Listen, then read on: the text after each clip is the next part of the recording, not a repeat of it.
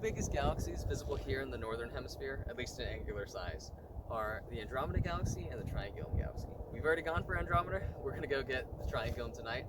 But one of the cool things about imaging the Triangulum, at least compared to Andromeda, is the angle at which we're viewing it.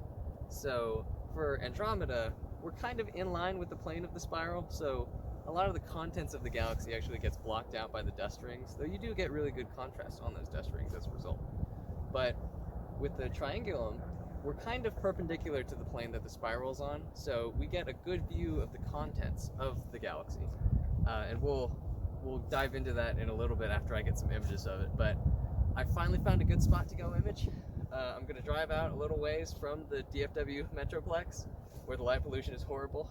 Totally worth it, by the way, driving an hour or so. But with that, I'll make it snappy and we'll hop over to site. See y'all there. Hey guys, we are back at it out here in the cold, dark, a little ways away from the city lights. Drove out about an hour, but we are on target on the Triangulum right now. Our main setup, which is our Celestron 130 SLT, has our Canon 650D Astro-modified. There's a good reason why we're using the Astro-modified camera instead of my newer, higher resolution, not Astro-modified camera for the Triangulum Galaxy. Though, I do have that one, the newer one, over shooting some wide field for us. So hopefully I can show exactly where the Triangulum is and how close it is to Andromeda. So stay tuned for the results from that. Should be popping up in just a minute. So this was our wide angle view from the night. It's about 10 minutes of exposure taken at roughly 18 millimeters focal length. On the right, you can see Cassiopeia, which is one of the very few constellations that I actually know. It's kind of opposite the Big Dipper from Polaris, but it helps find Andromeda really easy. So in the center right there, we have Andromeda. So if we zoom in on that a little bit, we can actually overlay the image that we had before to get us a little better view of it. There's quite a few good things in this field. There's like the Pac-Man Nebula and some other stuff. Heart and Soul nebulas are just out of range. But if you look at the little bright star sort of up and to the left of Andromeda, that's Mirach.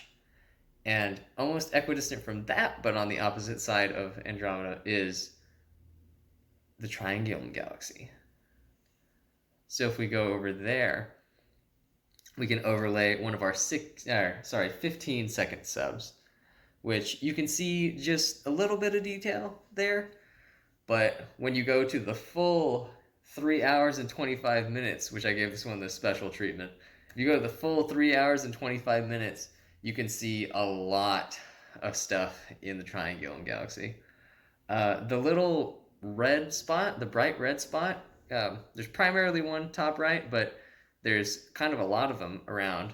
That's actually a nebula within another galaxy. So like that could be construed as their version of Orion, which is just really neat. Some high-powered telescopes have gotten actual zoomed-in images of this nebula in another galaxy, and that's I don't know, it's really neat. It puts perspective on some stuff, but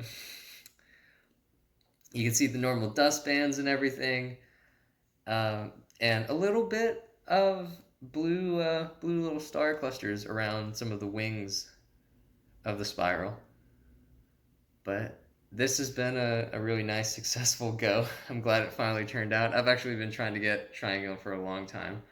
And on that note, this is an attempt that I did from Bortle 9, center of one of the biggest metropolitan complexes of the US. Didn't turn out too great, which is why I definitely recommend going and driving about an hour wherever you can manage in order to get to darker sites. I'll link to light pollution maps in the description, but that's pretty much all for today, guys. I do probably have some transit related stuff upcoming, so stay tuned for that. Thanks for watching, guys.